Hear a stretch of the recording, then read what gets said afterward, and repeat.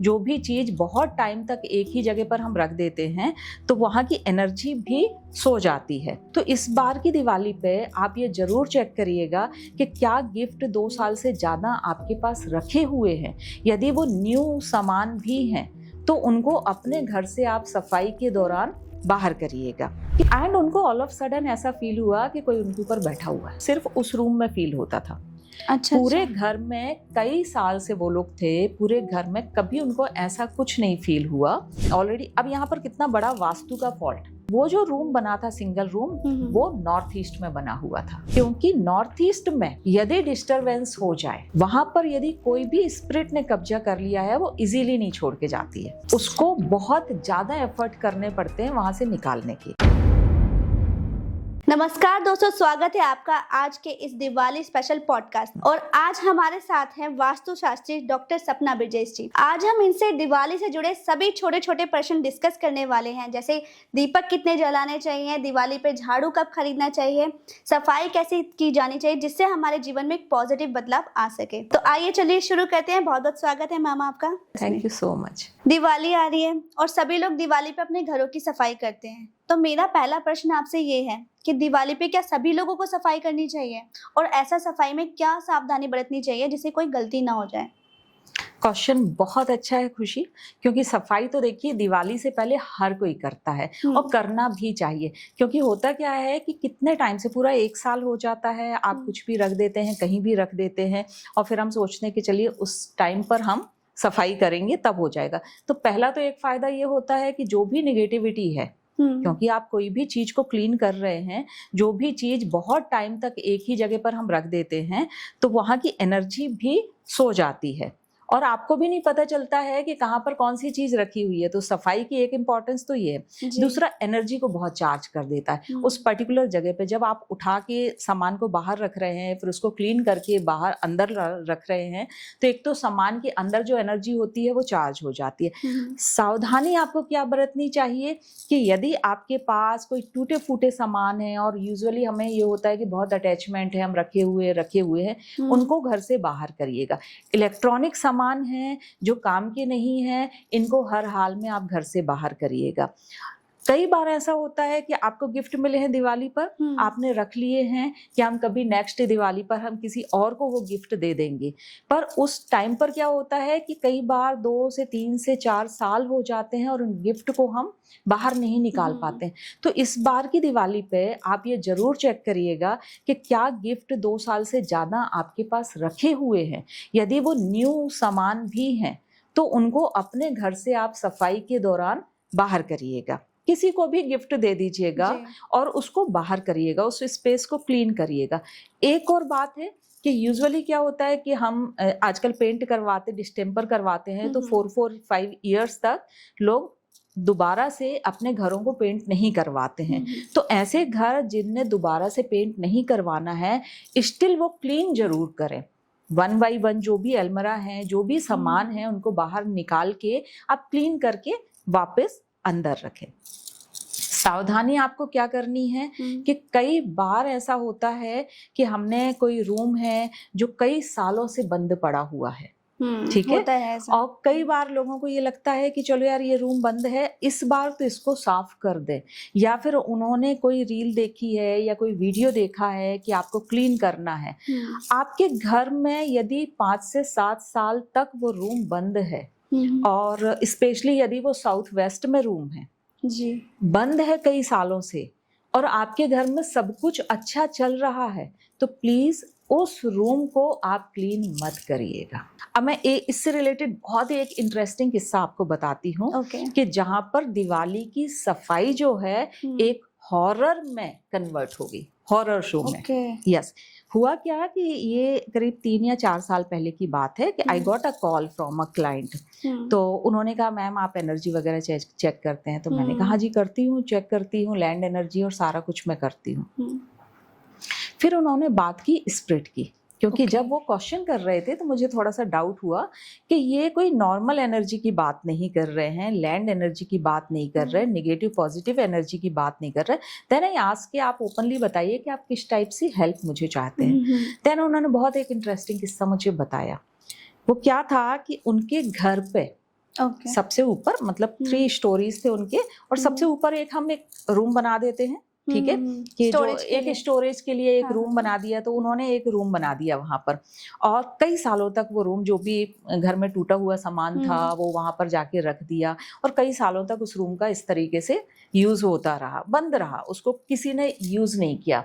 एक इस दीपावली से, मीन्स जो 3 साल पहले की मैं बात कर रही हूँ, तो दीपावली से पहले उनकी वाइफ ने कहा कि भाई बच्चे जो है ठंड में ऊपर रहते हैं, तो कई बार नींद आ जाती है, तो सोना है या कुछ करना है, या बच्चे भी अब बड़े हो रहे हैं, तो इनके लिए भी पढ़ाई के लिए या स्टडी के लिए एक रूम चाहिए, तो हम एक काम करते हैं, इस रूम को क्लीन करवा देते हैं, ठीक है।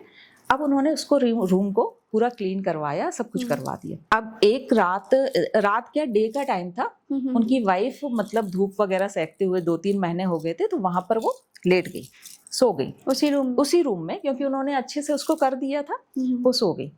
एंड उनको ऑल ऑफ सडन ऐसा फील हुआ कि कोई उनके ऊपर बैठा हुआ है। ओके। Yes, उन्होंने उनको मतलब पूरा फील किया। पूरा बहुत स्ट्रांगली उनको फील हुआ कि कोई इनके चेस्ट पे आके बैठ गया है, एंड वो एकदम से हड़बड़ा के उठ गई। उनको लगा कि कुछ तो हुआ है मेरे साथ। ऑब्वियस ही बात है कि आप क्या करेंगे, आप डिस्कस करेंगे घर पे जाके, तो उन्होंने घर पे अपने हस्बैंड को डिस्कस किया कि ना मुझे ऐसा ऐसा फील हुआ। And as you know Indian husband, कि वाइफ यदि कह रही है तो उनको ये लग रहा है कि नहीं, ये तो तुम्हारे मन का भ्रम है, या ऐसे ही तुम्हें फील हुआ होगा, ऐसा कुछ नहीं होता है। अच्छा, उन्होंने 1-2 बार फील किया, बट हस्बैंड ने बिलीव नहीं किया उनके ऊपर। अब क्या हुआ कि एक दिन उनका बेटा, क्योंकि वो स्टडी कर रहा था, एक हायर क्लास में पहुंच गया था, तो उसने अपनी स्टडी टेबल उसी रूम में लगा के रखी थी, वो बैठा हुआ था, बैठे बैठे वो सो गया। अब सेम उसने फील किया कि जैसे कोई उसके ऊपर बैठा हुआ है, ठीक है, और रात का टाइम था, क्योंकि वो नाइट में स्टडी करके वो अपने बेड पर लेटा, और उसने सेम चीजें फील की। और जब उसने फील किया और वो एकदम से डर के उठ गया, और फिर उसने क्या किया, होल नाइट उसने लाइट चालू रखी और हनुमान चालीसा उसने अपने मोबाइल पे लगा लिया। और देन नेक्स्ट डे फिर जब वो मॉर्निंग में उठा और उसने अपने डैड को बोला कि ऐसा ऐसा मैंने भी फील किया है, यहाँ पर जरूर कुछ है। तब उनको लगा कि अब जब कई सारे लोग घर के फील कुछ, अच्छा आपको इंटरेस्टिंग चीज बताऊं कि सिर्फ उस रूम में फील होता था। अच्छा, पूरे घर में कई साल से वो लोग थे, पूरे घर में कभी उनको ऐसा कुछ नहीं फील हुआ, सिर्फ उसी जगह पर फील हुआ। अब जब उन्होंने मुझे बताया तो मैंने पूछा कि आपने वो रूम कहाँ बनाया हुआ, तो उन्होंने बताया कि उन्होंने थोड़ा सा घर का मैप मुझे बताया, तो फोन पर ही उन्होंने बताया। फोन पर जब उन्होंने बताया तो एक और इंटरेस्टिंग चीज थी कि अब देखिए उनका 3 फ्लोर ऑलरेडी, अब यहाँ पर कितना बड़ा वास्तु का फॉल्ट, ठीक है, तो 3 फ्लोर उनके ऑलरेडी थे। वो जो रूम बना था सिंगल रूम, वो नॉर्थ ईस्ट में बना हुआ था, ठीक है, तो अब उन्होंने पूरी बिल्डिंग का नॉर्थ ईस्ट को बड़ा कर दिया। अब जब उन्होंने ये सारा चीजें अपना जो मेरे पास मैप उन्होंने भेजा और मैप को शेयर किया, तब मैंने उनको ये बोला कि जहां पर जो भी है, क्योंकि नॉर्थ ईस्ट में यदि डिस्टरबेंस हो जाए, वहां पर यदि कोई भी स्पिरिट ने कब्जा कर लिया है, वो इजीली नहीं छोड़ के जाती है, उसको बहुत ज्यादा एफर्ट करने पड़ते हैं वहां से निकालने के।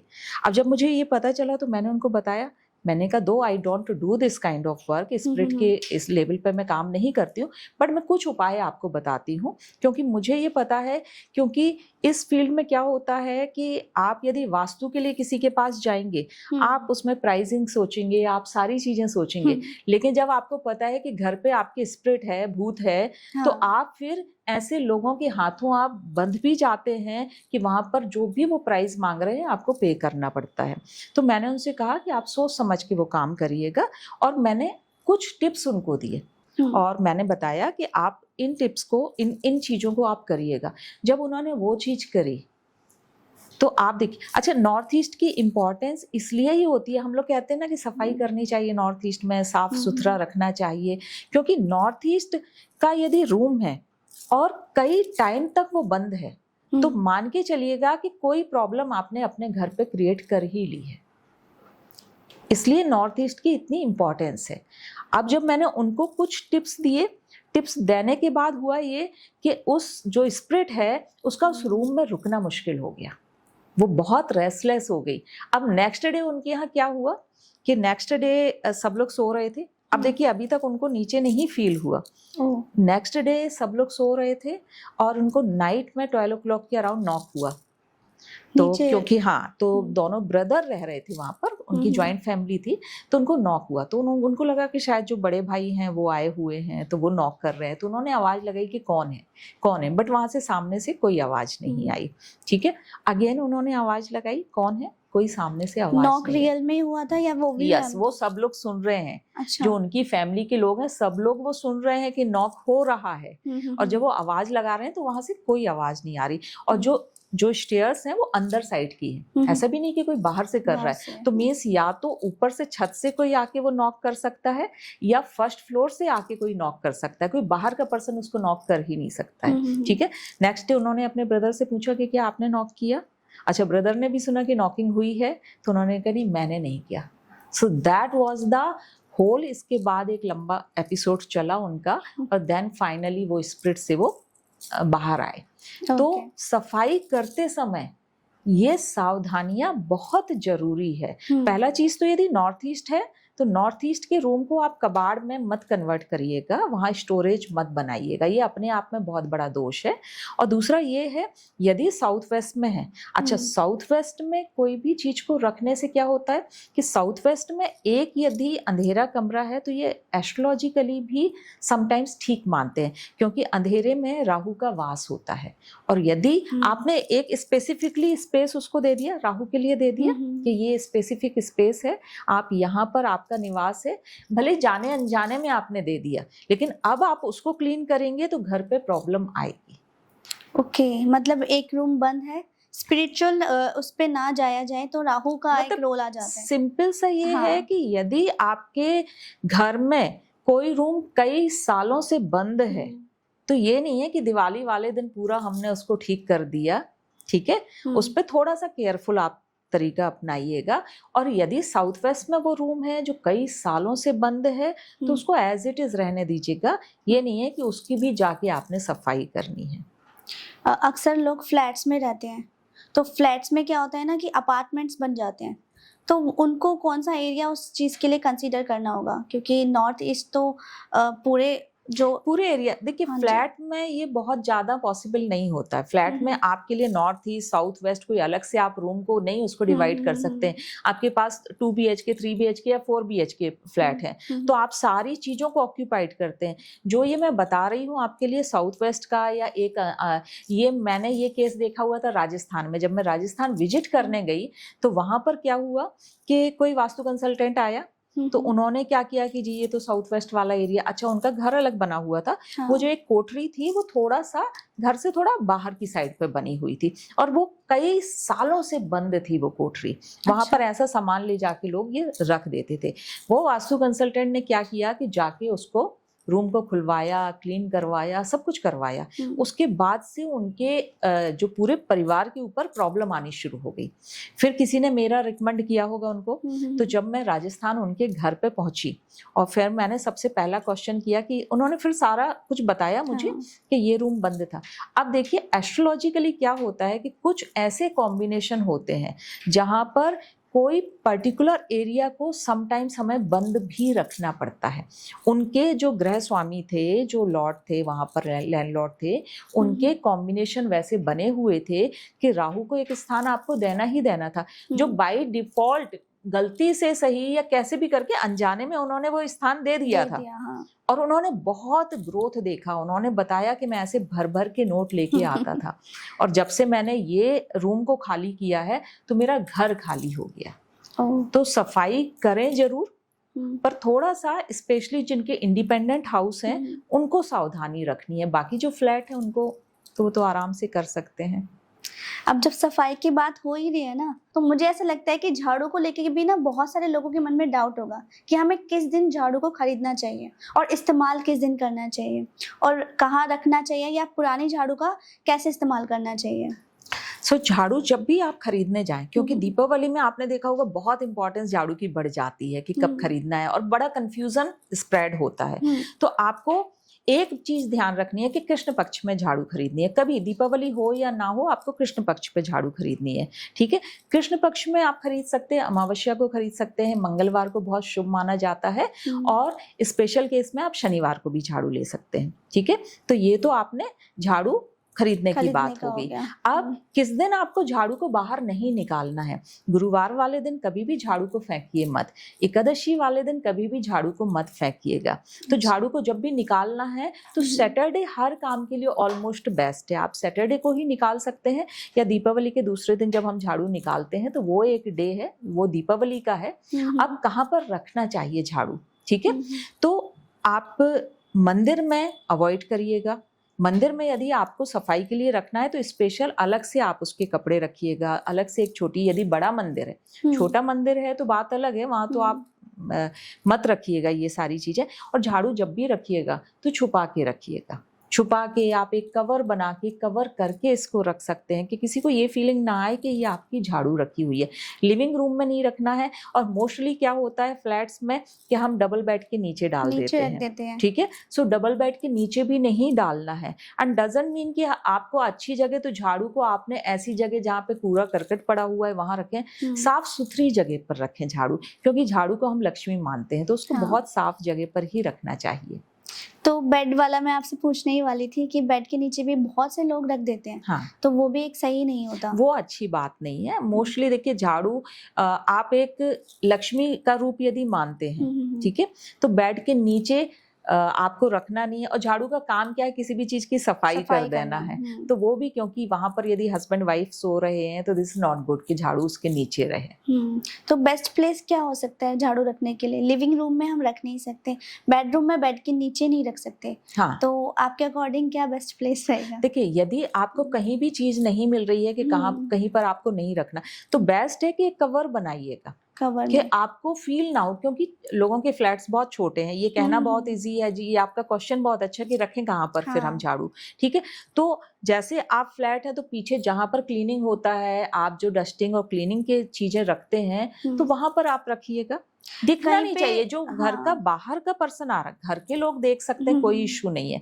जो बाहर का पर्सन आ रहा है, अब मान लीजिए लिविंग रूम में यहाँ झाड़ू पड़ी है, आपको अच्छा नहीं लगेगा, ठीक है। पूजा का घर है, वहां झाड़ू नहीं होनी चाहिए, बेडरूम में और कहीं झाड़ू नहीं। तो ये 3 जगह आपको ध्यान रखना है, बाकी आप रख सकते हैं। एक डाउट और आ रहा है इसमें कि अक्सर लोग कहते हैं लिटा के मत रखो, कोई कहते हैं कि सीधा मत रखो, तो झाड़ू को रखना किस तरीके से चाहिए? देखिए खड़ा करके रखना इट्स नॉट गुड।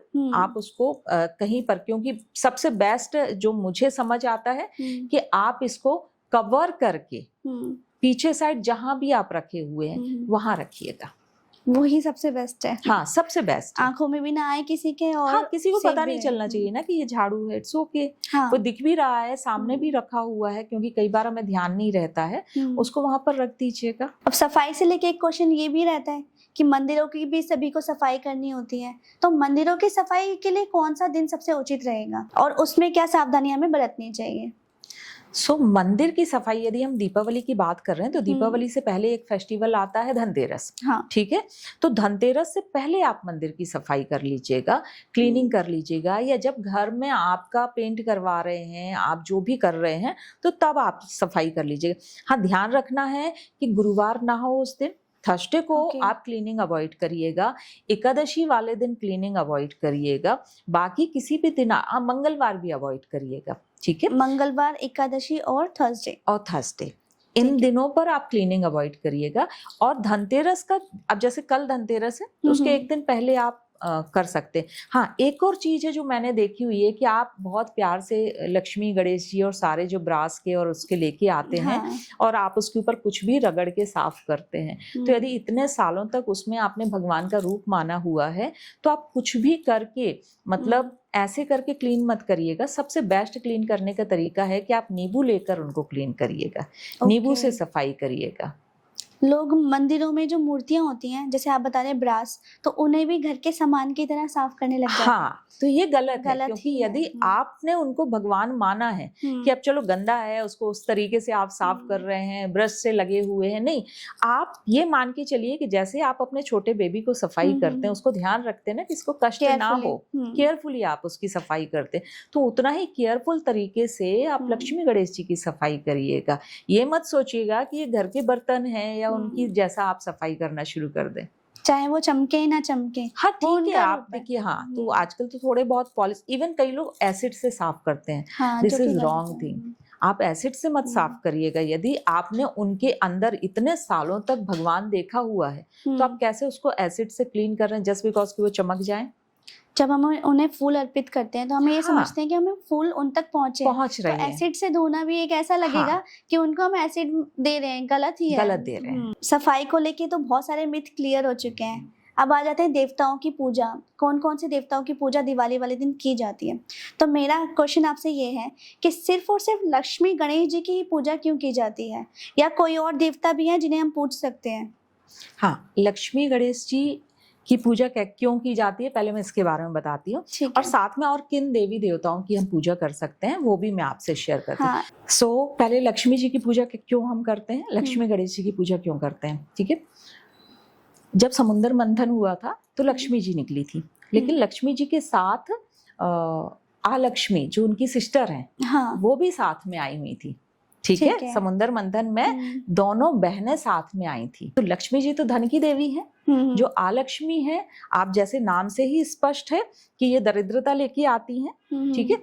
और गणेश जी की पूजा साथ में क्यों की जाती है ये मैं आपको बताती हूँ। तो एक इन जनरल कॉन्सेप्ट ये है कि लक्ष्मी जी धन की देवी हैं, धन देती हैं, इसलिए लक्ष्मी जी की पूजा की जाती है। गणेश जी बुद्धि के दाता हैं, तो जब आपके पास धन बहुत अधिक हो जाता है और बुद्धि ना रहे तो वो धन ज्यादा देर तक टिकता नहीं है। आपको नहीं पता होता है कि इसका यूज कैसे करना है या किस माध्यम से लाना है और किस माध्यम पे हमें इसको निकालना है। तो गणेश जी की एक तो आपका कॉन्सेप्ट ये है।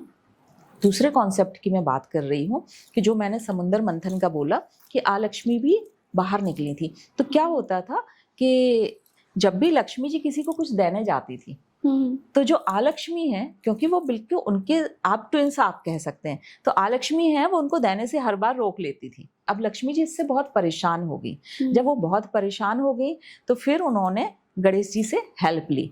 तो गणेश जी ने क्या किया, उन्होंने कहा कि ठीक है अब आप किसी को कुछ भी देने के लिए आप आगे बढ़िए। तो जब वो आगे बढ़ी और आलक्ष्मी ने फिर से आके उनको रोकने की कोशिश की तो गणेश जी ने क्या किया कि जो आलक्ष्मी है उनको अपनी पीठ के ऊपर धारण कर लिया। तभी आपने सुना होगा ना कि गणेश जी की पीठ पर दरिद्रता का वास रहता है, तो पीठ की तरफ से ना तो परिक्रमा करते हैं या फिर जो लगाते हैं तो पीठ देखी नहीं जाती है उनकी। उसका रीजन यही है, और यही एक रीजन है कि गणेश और लक्ष्मी को साथ में पूजा जाता है। एक तीसरी स्टोरी भी मैं आपके लिए सुनाती हूँ। एक थर्ड स्टोरी ये है कि एक बार लक्ष्मी जी अपनी तारीफ कर रही थी विष्णु भगवान से। अब काफी देर हो गई वो तारीफ सुनते रहे विष्णु भगवान उनकी। उन्होंने बताया कि देखो मेरे बिना क्या होता है संभव, और मैं तो धन वैभव सब कुछ प्रदान करती हूँ, सब कुछ देती हूँ। तो वो एक्सपेक्ट कर रही थी कि उनके हस्बैंड भी उनकी तारीफ करें, बट एज यूजुअल जैसे हस्बैंड होते हैं तो उन्होंने कहा कि देखिए एक स्त्री तब तक अपूर्ण है जब तक वो माँ नहीं बन जाती है। अब लक्ष्मी जी के कोई संतान नहीं थी तो दिल पर लग गई ये बात और बहुत अंदर से उनको दुख हुआ। उन्होंने जाके पार्वती जी को ये चीज को शेयर किया कि ऐसा ऐसा आज उन्होंने बोला है और आज मुझे रियली लग रहा है कि मैं इनकम्प्लीट हूँ। तो उन्होंने कहा आपके तो 2 पुत्र हैं, तो एक पुत्र आप मुझे। तो फिर पार्वती जी ने अपनी तरफ से ही बोला कि ठीक है मेरे तो 2 पुत्र हैं, ये जो एक पुत्र है इनको मैं आप इनको बेटा आप मान सकते हैं। गणेश जी को इन्होंने अपना पुत्र माना, ठीक है। तो ये भी एक रीजन है कि लक्ष्मी और गणेश की साथ में पूजा होती है। अब आपका एक क्वेश्चन है कि क्या सिर्फ लक्ष्मी गणेश की पूजा होती है? नहीं, इस दिन सरस्वती की भी पूजा करनी चाहिए, और साथ ही साथ कुबेर जो है, कुबेर की भी इस दिन पूजा होती है। बाकी कुबेर को यक्ष माना जाता है तो अदर डेज में इनको आप नहीं पूछते हैं, लेकिन क्योंकि खजाने के मालिक वही हैं तो दीपावली वाले दिन कुबेर की भी पूजा की जाती है। हर साल लोग ना नए गणेश जी की और लक्ष्मी जी की मिट्टी की मूर्ति लेकर आते हैं, तो क्या इसमें कोई स्पेसिफिक धातु की मूर्ति होनी चाहिए या फिर हम मिट्टी की मूर्ति भी इस्तेमाल कर सकते हैं? और यदि हम उन्हें इस्तेमाल कर रहे हैं तो उन्हें विसर्जित भी किया जाना चाहिए या नहीं? क्वेश्चन बहुत अच्छा है आपका। अच्छा, जब हम हर बार मिट्टी की मूर्ति लाते हैं गणेश और लक्ष्मी की, आपने देखा होगा बहुत सारी बिक रही हैं गणेश और लक्ष्मी की मूर्ति। अब पुराने टाइम के बारे में आप सोचिए, तब आम जन के पास ना वो धातु उतने पैसे भी नहीं होते थे कि वो खर्च कर पाए, चांदी के या पीतल के वो नहीं ले पाते थे, उस पर्टिकुलर टाइम पे वो क्या करते थे कि जब भी त्योहार आता था तो कच्ची मिट्टी के जो गणेश जी होते थे या लक्ष्मी जी होते थे उनको लेके आ जाते थे। अब पूरा साल में जब उनकी पूजा होती थी तो धीरे धीरे, क्योंकि वो कच्ची मिट्टी के बने होते थे, तो वो झड़ना उनके शुरू हो जाता था मिट्टी का, और वो थोड़ा सा अपना रूप थोड़ा चेंज करने लगते थे। फिर क्या करते थे कि उनको पेड़ के नीचे रख देते थे तो ऑटोमेटिकली जो मिट्टी है उस मिट्टी में मिल जाती थी, ठीक है। और ऐसा माना जाता था कि हाँ ठीक है, उसने जो भी चीज़ है, ये देखिए एक मिथ होता है, ऐसा कुछ नहीं होता है कि भाई जो भी निगेटिविटी है वो ले ली उसने, ठीक है। तो वो फिर से नेक्स्ट ईयर नए लक्ष्मी गणेश जी आते थे। ये तो ओल्ड टाइम की बात थी। अब लोगों ने उसी चीज़ को पकड़ के रखा है, वो पक्की मिट्टी के लेके आते हैं, ठीक है। अब वो पक्की मिट्टी के लेके आते हैं, उनको पूजा करते हैं। अब जो गणेश लक्ष्मी 1 साल तक आपके यहाँ पर बैठे हुए हैं, ऑल ऑफ सडन एक दिन में अब वो निगेटिव रेज देने लगे। How is it possible? Negative वो देने लगे। अब जब वो निगेटिव, तो इसका मतलब ये है, तो आई डोंट बिलीव कि आप जो पहले तो ये है कि मैं इस मत में नहीं हूँ कि आप हर बार मिट्टी के लक्ष्मी गणेश जी लाइए। यदि संभव है तो आप चांदी के लक्ष्मी गणेश जी रखिएगा, यदि संभव है तो आप पीतल या ब्रास के लक्ष्मी गणेश जी रख लीजिएगा, और हर बार उनको ही पूजित करिए, क्योंकि वो जागृत होने लगेंगे। जो ब्रास के हैं वो जागृत होने लगेंगे, चांदी के हैं वो जागृत होने लगेंगे। हाँ, जो अफोर्ड नहीं कर पा रहे हैं वो मिट्टी के ला सकते हैं लक्ष्मी गणेश जी, उनको पूजा करके आप एक स्थान उनके लिए दे सकते हैं। उस स्थान के बाद उनको आप विसर्जित कर सकते हैं, जो मिट्टी के लाते हैं। हाँ, मिट्टी के जो लेके अभी आप आते बता रहे थे कि पहले के समय में और आज के समय में फ़र्क आ गया है, तो जो मूर्तियाँ होती हैं अब जो बन रही हैं वो इतनी जल्दी ख़राब भी नहीं होती हैं। अब खराब भी नहीं होती हैं, सॉलिड वाली मिट्टी की बन रही हैं। और एक और चीज़ है कि जब वो दे रहे होते हैं, आप देखोगे कि या तो पीपल के पेड़ के नीचे वो रख के आ जाते हैं। पीपल के पेड़ को लोगों ने डस्टबिन बना के रखा हुआ है। कोई भी मूर्ति टूटी है वो पीपल के पेड़ के नीचे चिपका के आ जाते हैं। वो एक्चुअली वहाँ पर गंदगी करके अपना गुरु और पितरों को खराब कर रहे हैं। तो कभी भी जो टूटी हुई चीज़ें हैं इस तरीके से पीपल के पेड़ के नीचे नहीं रखनी चाहिए। तो उनका फिर क्या करना चाहिए? देखिए, सबसे बेस्ट तरीका ये है जो मुझे फील होता है कि यदि मिट्टी की चीज़ है, पहले जैसे मैंने बोला कि आप मिट्टी का लेना ही बंद कर दीजिएगा, क्योंकि उसमें केमिकल भी होता है, सारी चीज़ें होती। बेटर है कि एक बार आप ब्रास की चीज़ ले लीजिएगा, लक्ष्मी गणेश जी ब्रास के लीजिएगा, और मत लीजिएगा, मिट्टी का लेना बंद कर दीजिएगा। पहला तो ये बेस्ट वे है। जो लोग नहीं अफोर्ड कर पा रहे हैं, उनको चेंज करना है, तो कोई भी एक गमला आप लीजिएगा, उसके अंदर मिट्टी के अंदर उनको दबा दीजिएगा, क्योंकि आप उनको जल में प्रवाहित करेंगे तो जो नदियां हैं वो प्रदूषित हो रही हैं। आप उनको यहाँ वहाँ पेड़ों के नीचे रख के आ रहे हैं, कुछ कहीं भी पड़े रहते हैं, तो वो भी एक गलत सेंस है। तो बेटर है कि आप ब्रास में आप मूर्ति लाइए, बार बार इसको चेंज मत करिएगा। अच्छा, तो अब मूर्तियों से आ जाते हैं हम मूर्तियों के साइज़ के ऊपर, कि लक्ष्मी जी और गणेश जी की जो मूर्ति का साइज़ होना चाहिए वो कितना बड़ा होना चाहिए, और उन्हें किस दिशा में हमें स्थापित करना चाहिए? मूर्तियों का साइज़ ना 4 से 6 इंच। यदि आपका घर छोटा है तो छोटी मूर्तियां ही आप प्रेफर करिएगा। आप ये देखिएगा कि घर और घर के अंदर जो भी आपने मंदिर, वैसे तो मैं फेवर में नहीं रहती हूँ कि घर में मंदिर होना चाहिए, बट लेकिन जो भी आपका पूजा का स्थल है वहाँ पर यदि आप मूर्ति रख रहे हैं तो वहाँ बहुत भीड़ नहीं होनी चाहिए, आपके 2-3 गणेश जी नहीं होने चाहिए। तो आप उसका साइज़ छोटा रखिएगा, छोटे साइज की मूर्तियाँ रखिएगा। और मेटल का मैंने पहले ही आपको बताया है कि मेटल की ही मूर्तियाँ रखिए। चांदी या पीतल सबसे शुभ धातु मानी जाती है, जिनको आप वहाँ पर स्थापित करिएगा। अब कुछ लोग होंगे जो मेटल भी नहीं अफोर्ड कर सकते, तो मेरे हिसाब से आप बताइए सही है या नहीं, तस्वीरें भी ले सकते हैं। बिल्कुल, बल्कि जो 3D फॉर्म में आपकी पिक्चर है उससे ज़्यादा बेस्ट मैं पिक्चर्स मानती हूँ, तस्वीरें मानती हूँ कि आप उन पिक्चर्स को यूज़ करिएगा। पुराने टाइम पर क्या होता था कि हम सारी पिक्चर्स ही यूज़ कर रहे होते थे ना, पिक्चर्स को चिपकाया और वो धीरे धीरे चाहे वो करवा चौथ हो, चाहे कोई भी फेस्टिवल हो, उसको चूने से बनाया जाता था वॉल के ऊपर। प्रिंटेड कुछ नहीं होता था। फिर ग्रेजुअली क्या होता था, जब लिपाई और पुताई होती थी तो वो धीरे धीरे कवर होके ख़त्म हो जाते थे। ठीक है, आज क्या हो रहा है कि हम उनको लेके वहीं स्थापित बार बार कर दे रहे हैं। पुराने टाइम पे हर चीज परमानेंटली नहीं स्थापित होती थी, सिर्फ 1 या 2 देव होते थे जिनको परमानेंटली स्थापित किया जाता था, उसके अलावा नहीं। और जैसे आप खुद से कह रहे हैं, इवन लक्ष्मी गणेश जी भी लाके मिट्टी के रखे और फिर उसके बाद अलग किए। बहुत लोग तो घर पे बनाते हैं, हाँ, नॉर्मल मिट्टी उठा के उसे स्टैचू का वो रूप बेस्ट देके है, वो बेस्ट फिर तरीका अगले है। दिन गमले में डालो। हाँ, वो बेस्ट तरीका है कि आप घर पे बनाते हैं, उसको आप कर सकते हैं विसर्जित, इको फ्रेंडली भी हो जाएगा इको फ्रेंडली हो और जाएगा। किसी मतलब हम किसी को अपमानित नहीं कर रहे, एक तरफ पूजा करते हैं और दूसरी तरफ अपमान कर देते अपमान कर रहे हैं वो आप गलत उनको है। छोड़ के। आज दीपावली का खत्म हो गया है त्योहार, और नेक्स्ट डे हम वही जो पुराने गणेश जी है ना, उनको जाके या तो बाहर निकाल के रख देते हैं या फिर उनको पीपल के पेड़ के नीचे छोड़ के आ जाते हैं। जी मैम, तो अभी आ जाते हैं दीपक। जो दीपक हम दिवाली पे जलाते हैं उनकी कितनी संख्या होनी चाहिए, मतलब कितने दीपक होने चाहिए और उन्हें खरीदने का सही समय क्या होना चाहिए?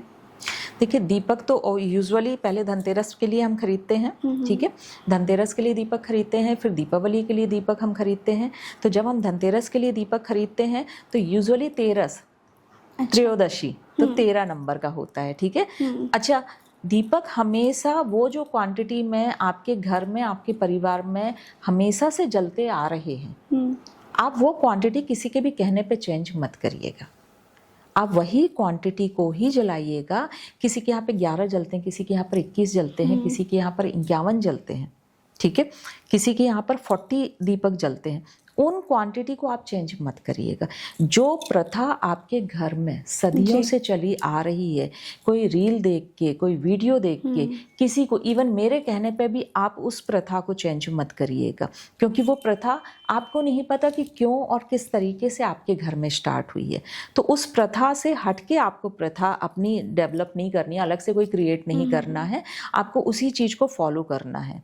तो त्रयोदशी में जैसे मैंने बोला कि 13 और कुछ जगह पर 14 दीपक जलाते हैं, और दीपावली में 11 भी हो सकते हैं, 21 भी हो सकते हैं, 51 भी हो और सकते हैं। 51 भी हो सकते हैं। वो तो पीढ़ी से चला आता है, जैसा आपके घर पे हो रहा है जी। आप उसको फॉलो करिएगा। तेल और बाती को लेके भी बहुत कंफ्यूजन रहता है कि घी से बाती जलाएं या तेल से, और बाती कैसी रखनी चाहिए, लंबी या गोल?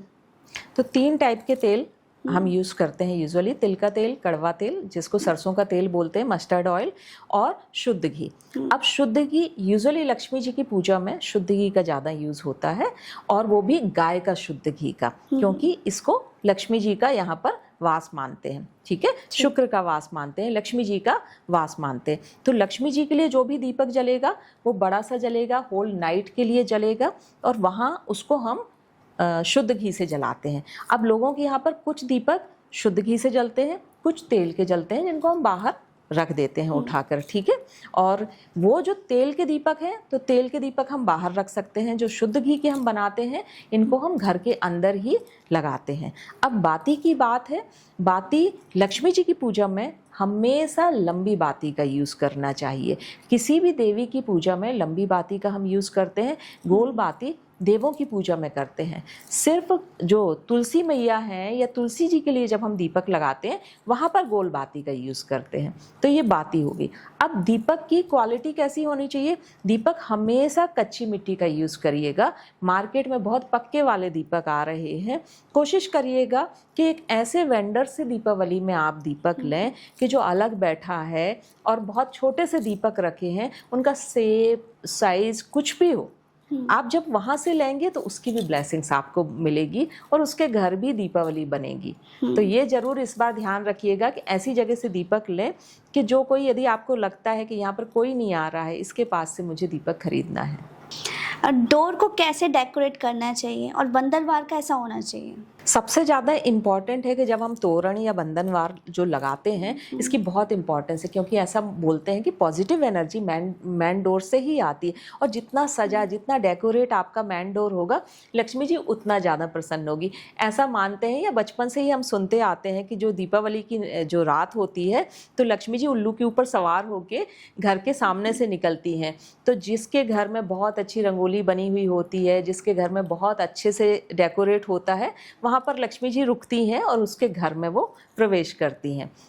तो अब जब तोरण की हम बात कर रहे हैं तो तोरण जितना लाइव रखेंगे, आजकल आर्टिफिशियल बहुत सारे तोरण आ गए, बट कोशिश करिएगा कि आम के पत्तों का या अशोक के पत्तों का आप जो रियल वाले जो लीफ आपको मिल जाते हैं उनसे आप बना के तोरण लगाइएगा, या जो गेंदे के फूल हैं या जो भी रियल आपके फ्लावर हैं, तो कोशिश करिएगा कि दीपावली वाले दिन या धनतेरस वाले दिन ज़्यादा से ज़्यादा रियल फूलों का आप यूज़ करें।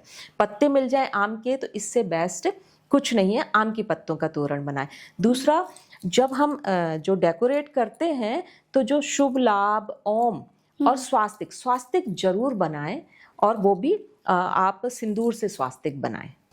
मैम मैंने एक रील में देखा था, उसमें ये बता रहे थे कि डोर जो हमारा मेन डोर है उसका जो फेसिंग है उस दिशा के हिसाब से स्वास्तिक बनाया जाता है, और स्वास्तिक का कलर डिसाइड किया जा सकता है। जैसे कि अगर डोर हमारा नॉर्थ फेसिंग है तो उसका कलर ब्लू होना चाहिए, तो क्या ऐसा भी हो सकता है कि स्वास्तिक का कलर चेंज हो जाए? बहुत अच्छा ये क्वेश्चन है, और मेरे ख्याल से मैं आपको बताऊं कि बहुत सारे लोगों ने ये रील देखी होगी, और ये रील मैंने भी देखी हुई थी। आपको मैं बताऊं कि स्वास्तिक होता क्या है। स्व अस्ति क, तो स्व यहाँ पर शुभ, अस्ति कल्याण होना, दैट इज अ स्वास्तिक। ठीक है।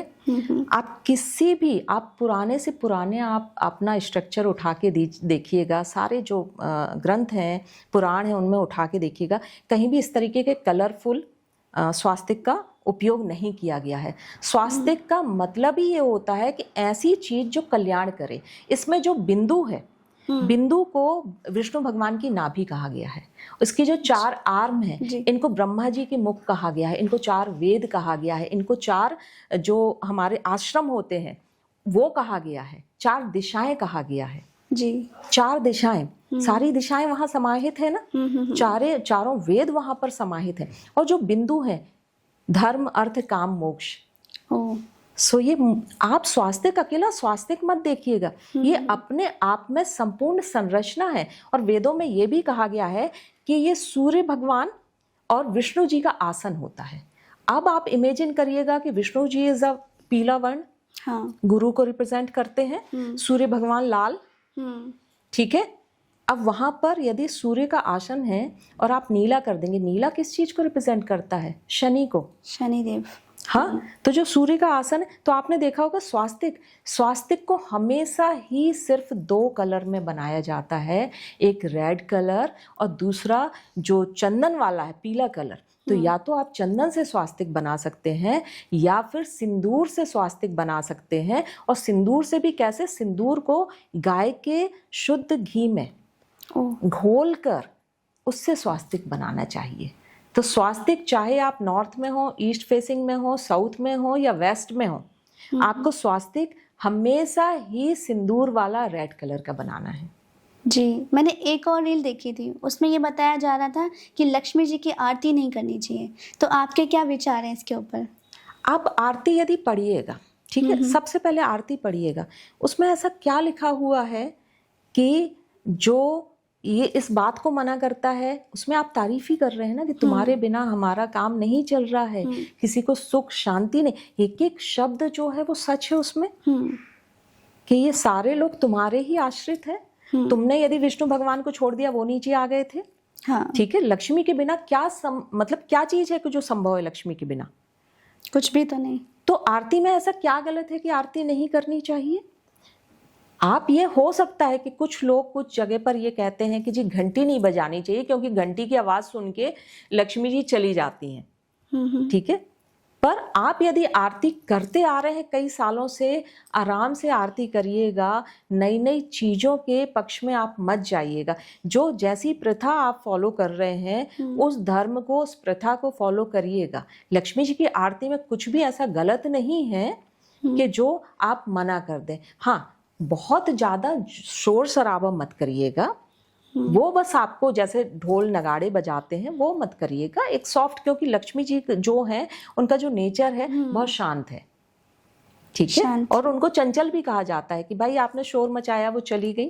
तो इस कॉन्सेप्ट पे यदि आप हैं तो आप बहुत ज्यादा शोर, बट आरती जैसे आप गा रहे हैं वो तो आप सारे जो फैमिली है मिलके आप उनको खुश कर रहे हैं ना। आप उनकी तारीफ कर रहे हैं। किसको अपनी तारीफ बुरी लगती है? जहाँ पर किसी आप को- तारीफ करते हैं वहाँ व्यक्ति रहना बैठना पसंद करता है। हम्म, तो आप जब तारीफ कर रहे हैं तो वो बैठना पसंद करेंगे आपके यहाँ पर कि ये अच्छा है, ये हमारी तारीफ कर रहे हैं, यहीं रुकते हैं। तो अभी जैसे पूजा का मुहूर्त होता है तो कई बार ऐसा हो जाता है कि पूजा का मुहूर्त बहुत ही कम समय के लिए होता है। ऐसे में बहुत से लोग हैं जो बिजनेसमैन हैं या फिर ऑफिस गोइंग वर्कर्स हो जाते हैं या एम्प्लॉयज़ हो जाते हैं, तो उनके लिए ये हो जाता है कि वो घर में भी पूजा करना चाहते हैं और ऑफिस में भी पूजा करना चाहते हैं। तो ऐसे में वो दोनों चीज़ें कैसे मैनेज करें, या फिर कभी ऐसा हो जाए कि पूजा का मुहूर्त ही निकल जाए, तब क्या करें? देखिए, दो चीज़ें हैं। और यदि जो मेट्रो सिटीज़ में है, मैंने खुद से भी देखा है कि यदि आपको ऑफिस में पूजा करनी है तो घर का टाइम है और टाइम वो बिल्कुल, लक्ष्मी जी की पूजा हमेशा स्थिर मुहूर्त में करनी चाहिए और वो स्थिर मुहूर्त 2 से ढाई घंटे का होता है, ठीक है। और स्थिर मुहूर्त वैसे तो स्थिर लग्न जो है 4 आती हैं, बट जो सबसे बेस्ट और लक्ष्मी जी का फेवरेट लग्न है वो है वृष लग्न, क्योंकि ये शुक्र की लग्न होती है। बाकी जो स्थिर लग्न है, कोई सह लग्न है जो कि सूर्य की है, तो सिर्फ वृष लग्न है जो लक्ष्मी जी की लग्न है, ठीक है। तो वृष लग्न में पूजा होती है। अब आपका दूसरा क्वेश्चन है कि यदि किसी की प्रॉपर्टी है, फैक्ट्री है, ऑफिस है, तो दोनों चीजों को एक साथ कैसे करें, और जो मेन आपका जो मुहूर्त है उस टाइम पर वो किस जगह पूजा करें। तो आप चाहे आप ऑफिस में हो चाहे आप फैक्ट्री में हो, आपका पैसा घर आता है, हाँ, ठीक है। तो जो बेस्ट मुहूर्त है, कोशिश करिए कि वो आप घर पे बिताएं, उसमें आप लक्ष्मी जी की पूजा घर पर करें, ठीक है। अब लेकिन हमें ऑफिस की भी पूजा करनी है, तो ऑफिस की पूजा आप ट्राई करिए कि धनतेरस वाले दिन करें। तो आप रिलीफ होके, रिलैक्स होके धनतेरस पे आप ऑफिस या फैक्ट्री की पूजा कर लीजिएगा, क्योंकि उसमें डे या नाइट का कोई बाउंडेशन नहीं होता है। तो वहां पर आप ऑफिस या फैक्ट्री की पूजा करिएगा। लेकिन जिस दिन दीपावली है, जिस दिन मेन मुहूर्त है, उस दिन आप घर पे अवेलेबल रहिएगा, उस दिन आप भाग दौड़ मत करिएगा ज्यादा, उस दिन आप घर पे पूजा करिएगा। अक्सर लोग धनतेरस पर गोल्ड या बर्तन खरीदते हैं, तो आपके अकॉर्डिंग और क्या क्या चीजें हैं जो वो खरीद सकते हैं? बर्तन और गोल्ड तो जैसे आपने बताया कि सभी लोग लेते हैं। इसके अलावा आप थोड़ा सा धनिया, कुछ कौड़ी और गोमती चक्र, इनको भी साथ में लेके आए। चांदी का कॉइन भी आप ले सकते हैं, जैसी आपकी श्रद्धा। साथ में झाड़ू को लेना मत भूलिएगा, एक झाड़ू भी उस दिन खरीदी जाती है। इनको बहुत ऑस्पिशियस मानते हैं। यूजुअली धनतेरस वाले दिन जो धनवंतरी हैं वो समुद्र मंथन से निकले हुए थे हाथ में कलश लेके, इसलिए कोशिश करिए लोग कुछ भी लेके आते हैं यदि बर्तन में, तो बर्तन में एक छोटा सा लोटा ले लें या कलश जैसा ले लें, वो ज़्यादा शुभ माना जाता है। मैम, एक मैंने सुना है यम दीपक, जिससे लेके बहुत ज़्यादा कन्फ्यूजन है। कई कई रील्स में पता ही नहीं चल पाता है देखने के बाद भी कि किस दिन जलाना चाहिए। तो आप ये बताइए कि यम दीपक किस दिन जलाना सबसे सही रहता है? सो यम दीपक जलाने से पहले एक छोटी सी स्टोरी मैं शेयर करती हूँ आपसे कि एक बार जो यमराज जी थे, तो यमराज जी ने अपने जो सेवक हैं जो कि लोगों के प्राण लेने के लिए जाते हैं, दूत, जिनको दूत बोलते हैं, ठीक है, तो उनसे पूछा कि अच्छा, जब तुम कभी किसी के प्राण लेके आते हो तो तुम्हें कष्ट नहीं होता है, तुम्हें कैसा फील होता है? तो उन्होंने कहा नहीं, मैं तो आपके जैसा हूँ, मतलब जैसा आप कहते हैं कि इसके लेना है तो उसके लेके हम आ जाते हैं, तो कभी ऐसा कुछ नहीं होता है मन में कि जब करना है काम तो करना है। तो उन्होंने कहा कि कभी तो कुछ तो आपको किसी के लिए फील हुआ होगा। तो उन्होंने कहा कि हाँ, एक बार मुझे हुआ था। और उन्होंने बताया कि एक राजा थे और राजा के बेटे को एक श्राप था कि मैरिज के चौथे दिन सर्पदंश से, मीन्स सांप के काटने से इसकी मृत्यु हो जाएगी। तो कहते कि जब उसकी मैरिज हुई, राजा के उस बेटे की मैरिज हुई, और मैरिज के बाद जब उस लड़के की मृत्यु हो गई, और क्योंकि उसकी नई नवेली दुल्हन थी वहाँ पर, और जब हम उसके प्राण लेके आ रहे थे तो वो दृश्य देखा नहीं गया हम लोगों से। तो ऐसा कुछ उपाय बताइए आप कि इस तरह किसी भी बच्चे की या किसी की भी अकाल मृत्यु ना हो। तो फिर यमराज जी ने उनके लिए फिर ये बताया कि जो इंसान धनतेरस से लेकर दूज तक, जो यम द्वितीया जिसको बोलते हैं, ठीक है, दूज तक जो अपने घर के दक्षिण में दीपक जलाता है, तो उस घर से अकाल मृत्यु दूर रहती है। अच्छा। तो ये तो एक छोटी सी स्टोरी है। अब इसको जलाना कैसे है आपके लिए, तो कोई भी मिथ आप जैसा कर रहे हैं वैसा करिएगा। यदि पहले से करते आ रहे हैं तो किसी का देख के उसमें ऐड ऑन या उसको कम मत करिएगा। अब दूसरा तरीका क्या है कि आपको करना क्या है, चौफूला 4 प्रकार के आपको एक ऐसा लेना कि जिसमें 4 बत्तियां लग जाएं। और यदि आपके पास अवेलेबल नहीं है तो सबसे बेस्ट है, जो मैंने अपनी मम्मी को या घर में करते हुए देखा है, कि वो आटे के दीपक बनाती थी। ठीक है, सो आटे से आप दीपक बनाइएगा। एक दीपक बनाइएगा जिसमें 4 बाती को आप लगा सकें। ठीक है, तो सबसे पहले एक प्लेट लीजिएगा, उसमें 1 मुट्ठी 2 मुट्ठी आपको गेहूं रख देना है। उसके ऊपर आपको एक दीपक चौफूला आपको रख देना है जिसमें 4 बाती को आप लगाइएगा। उसमें कड़वा तेल, सरसों का आप तेल डालिएगा, बीच में एक कौड़ी डालिएगा और साउथ की तरफ फेस करके, इसको साउथ में रखा जाता है। ठीक है, साउथ की तरफ फेस करके इसको जला देना है। साथ में आपको कुछ आपको कील बतासे खाने के लिए उनके लिए ये रखना है। अच्छा, प्रार्थना करते समय एक चीज को ध्यान रखना है। यूजुअली लोग कहते हैं ना कि जब भी हम लक्ष्मी जी की कृपा बनी रहे, गणेश जी की कृपा बनी रहे, या ये नहीं बोलना है कि यमराज जी की कृपा बनी रहे। अच्छा, भाई डिफॉल्ट आपके माइंड से निकल जाए कि भाई कि भाई आपकी कृपा नहीं। आपको ये कहना है कि जी इस घर से आप दूर रहिएगा, मेरे अड़ोस पड़ोस से भी आप दूरी बना के रखिएगा। जो है इसको ग्रहण करिए, यहाँ से ही दूर आप लौट जाइएगा। तो जो कील बतासे हैं इसलिए रखे जाते हैं। साथ में जितने मेंबर हैं उनके नाम से आप 1-1 सिक्का या 1-2 सिक्का आप रख सकते हैं। और ये जलाना कब है, जब घर के सारे लोग बाहर से आ गए हैं। अच्छा। तो रात में कोशिश करिए, शाम के बाद जब सारे लोग आ गए हैं तो 9:30 या उसके बाद आप जलाइएगा। तो कोशिश करिएगा कि घर के सारे लोग आ गए हैं। अच्छा, ये दीपक आपको कंटिन्यू दूज तक जलाना है। और हर बार दीपक को आप चाहे तो गेहूं मत चेंज करिएगा, लेकिन दीपक और उसकी बाती को आप चेंज कर दीजिएगा और वहीं पर ही वो दीपक रख दीजिएगा या दीपक को कहीं फेंक दीजिएगा बाहर ले जाकर। अच्छा, जलता हुआ दीपक ना घर से बाहर लेके जाना है, ना जलता हुआ दीपक अंदर लाना है। इसमें सावधानी जरूर रखनी है। दिवाली के समय में ना एक चीज और देखने को मिलती है जो रील्स में बहुत ज्यादा वायरल होती है, तंत्र मंत्र और टोटके, कि आप ये वाला टोटका कर लो आपको धन की प्राप्ति हो जाएगी। तो क्या ये सारे टोटके सच में असर करते हैं और क्या हमें करने चाहिए? दिवाली पर हर टाइप के काम होते हैं, क्योंकि दीपावली की जो अमावस्या की रात्रि में दीपावली होती है, इसकी बहुत अधिक इम्पोर्टेंस बढ़ जाती है। ठीक है, और बहुत लोग इसके पीछे काम कर रहे होते हैं। लेकिन अब क्वेश्चन ये है कि क्या जो रील में आप देख रहे हैं वो जाके आपको कर लेना चाहिए? इसके पक्ष में मैं नहीं हूँ। रीज़न क्या है कि पहले तो आपको पता भी नहीं है कि ये काम करना कैसे चाहिए।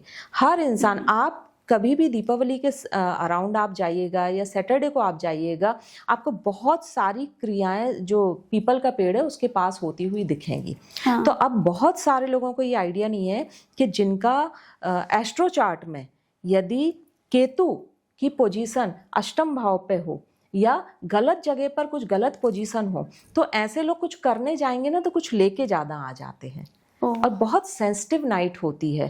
तो कोशिश ये करना चाहिए, एक तो ये जो अनमैरिड गर्ल्स हैं इनको तो बिल्कुल भी इन सारी चीज़ों से दूर रहना चाहिए, कुछ भी नहीं करना चाहिए। और दूसरा, जो लोग ये कर रहे हैं, बल्कि मैं तो ये कहूँगी कि जो बच्चे हैं या जो चीज़ें कर रहे हैं, इनको नहीं ये सारी चीज़ें करना चाहिए। और स्पेशली दीपावली के दिन चौराहों पर, जो चौराहे पर बहुत सारी क्रियाएं होती हैं, उनसे बचना चाहिए, इनसे दूर रहना चाहिए उनको। जितने भी बिजनेसमैन हैं उनके लिए दिवाली का फेस्टिवल बहुत ही ज़्यादा महत्वपूर्ण होता है, तो क्या आप उनके लिए कोई टिप्स देना चाहेंगे?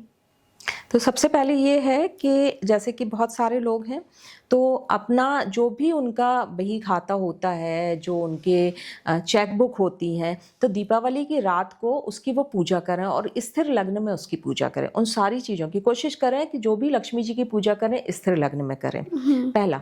एंड सेकंड चीज़ ये है कि एक बहुत अच्छा उपाय है जिसके बहुत ही अच्छे इफेक्ट आते हैं, वो है कुबेर यंत्र की पूजा। कुबेर यंत्र की पूजा कुबेर के मंत्र के साथ, जो हम कैप्शन पे दे देंगे, कुबेर मंत्र के साथ स्थिर लग्न पे, वो भी हम इसमें बता देंगे कि इस दीपावली वाले दिन वो स्थिर लग्न कब आ रहा है। ठीक है, सो उस पर यदि आप कुबेर की प्रतिमा, जो कुबेर यंत्र है, उसकी प्रतिमा रख के उसकी पूजा करिएगा और उन मंत्रों का जाप 21 बार या 108 बार करें और एक पर्टिकुलर जल रख के उसकी पूजा करें और उस जल को पहले अपने घर पे छिड़कें पूजा के बाद, और नेक्स्ट डे जब वो अपनी दुकान में या फैक्ट्री में जा रहे हैं तो पूरी दुकान में या फैक्ट्री में क्लॉकवाइज करके वो जल को छिड़क दें। और जो मंत्र और यंत्र उन्होंने उस पर्टिकुलर टाइम पे सिद्ध किया है, इसे वो अपने शॉप पर रखें, उससे उनको बहुत बरकत होगी। तो ये एक बहुत ही अचूक उपाय है जिसको मुझे लगता है कि हर व्यापारी को करना चाहिए। दिवाली के समय में ना धन की पोटली बहुत ज़्यादा पॉपुलर हो जाती है और माना गया है कि एस्ट्रोलॉजर है ना, वो इन्हें कुछ ज़्यादा ही सेल कर रहे होते हैं मार्केट में। तो क्या ऐसा भी हो सकता है कि आम आदमी इसे घर पे ही बना सके? बिल्कुल, इसको बनाया जा सकता है। धन की पोटली, अब इसको नाम दे दिया गया है धन की पोटली। पहले भी हम उन सारी चीज़ों की पूजा करते थे, अब सिर्फ इतना है कि किसी ने इसको कमर्शियल वे में इनको सेल करना शुरू कर दिया। तो धन की पोटली के लिए आपको करना क्या है, एक कोई भी पोटली जो कि मार्केट में मिलती है मलमल की, रेड कलर की, आप उसको घर पे लेके आइएगा। साथ में आप 5 हल्दी की गठाने लेके आइएगा, हल्दी की गांठ मिलती है। 5 गोमती चक्र लेके आइएगा, 5 कौड़ी लेके आइएगा, थोड़ा सा धनिया लेके आइएगा, सूखा हरा धनिया, थोड़ा सा धनिया लेके आइएगा, एक दालचीनी का टुकड़ा और एक चांदी का सिक्का जिसमें लक्ष्मी गणेश जी हों। ठीक है, इन सारी चीज़ों को आपको एकत्रित करके, एक आप पेपर पे भी लिख सकते हैं।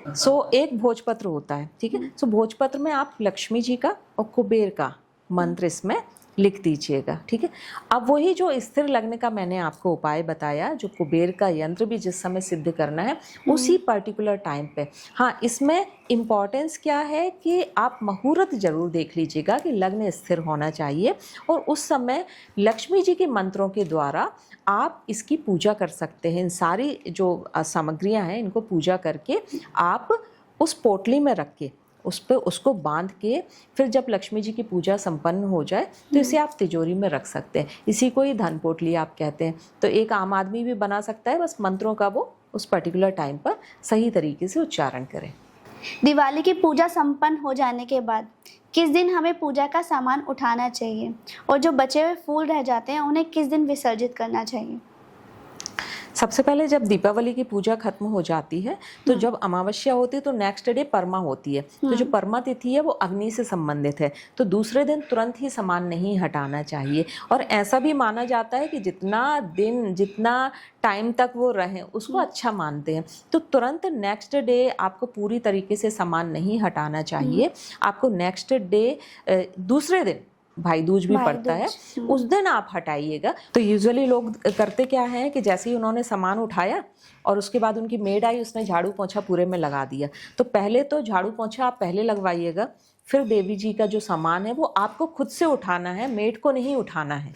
तो आप खुद से वहाँ उठाइएगा, खुद से थोड़ा सा सफाई करिएगा, पर एकदम से पूरा साफ मत करिएगा।